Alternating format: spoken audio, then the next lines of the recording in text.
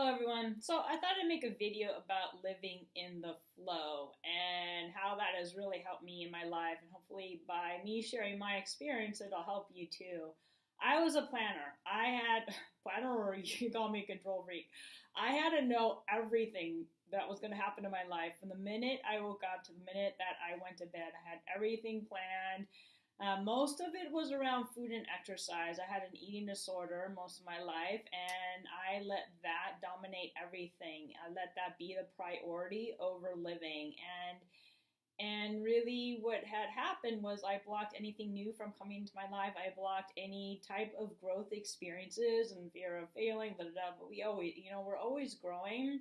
But sometimes we can block like expansion by limiting ourselves and doing the same thing every day. And that's why I decided to open my camera and speak to us, me too, I'm learning, about living in the flow and what that really means. Because there's so many times that we hear about beliefs and how it stems from a thought that we keep thinking, but really a belief is evidence. Once the subconscious mind sees evidence as something that, for instance, that you've never done before or tasted, and once you get evidence that it's okay or that you like it, then you're going to want to do more of it. Now if you have an experience which wasn't necessarily a exciting experience for you, then most likely the next time you're going to repel it away. So even with beliefs, that's how beliefs, to me,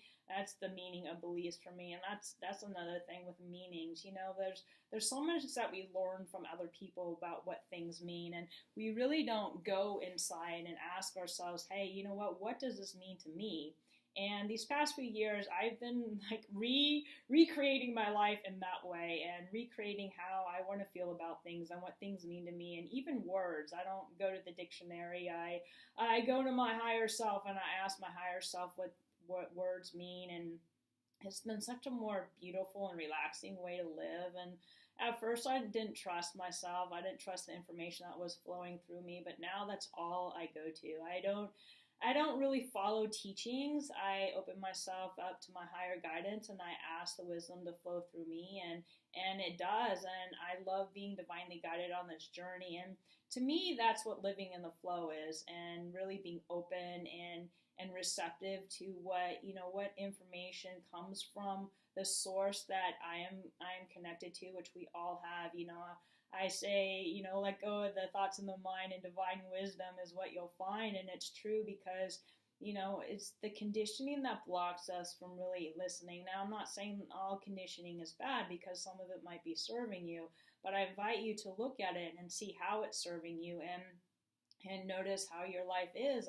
And if your life isn't in accordance with your divine self, then you'll know it, because you'll feel discord, you'll feel uncomfortable. When it's in accordance with your divine self, you'll be happy and free.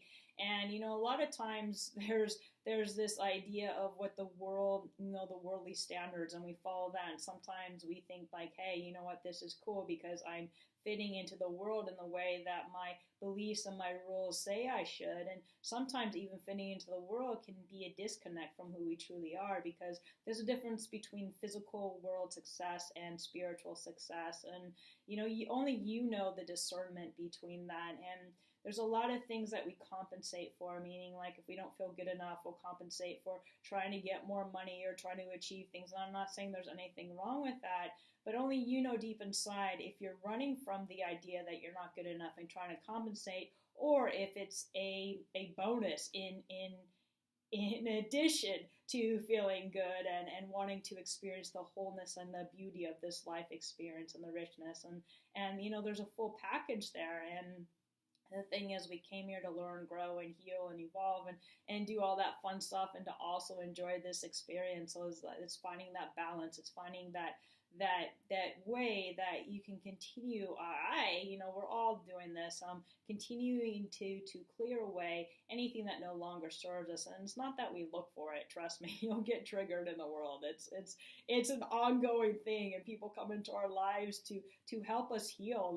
I always say the people who trigger me are my best teachers. They're my best friends. They're helping me, and it's so beautiful to see it that way. I thank everybody who triggers me, and it's just so beautiful because I get the opportunity to see what's going on inside of me, so it could be released, so I could be more clear and free to go with the flow. So I invite you to do that. I invite you to notice, like I said, what's going on inside of you, and to see, how is it, what's going on inside of you. Pay attention to your feelings. They're giving you clues. And see, I mean, that's the thing. It's like I get these like amazing, it comes to me in rhymes. I don't know if any of you watching follow my posts, but a lot of the information that flows through me comes in a rhyme.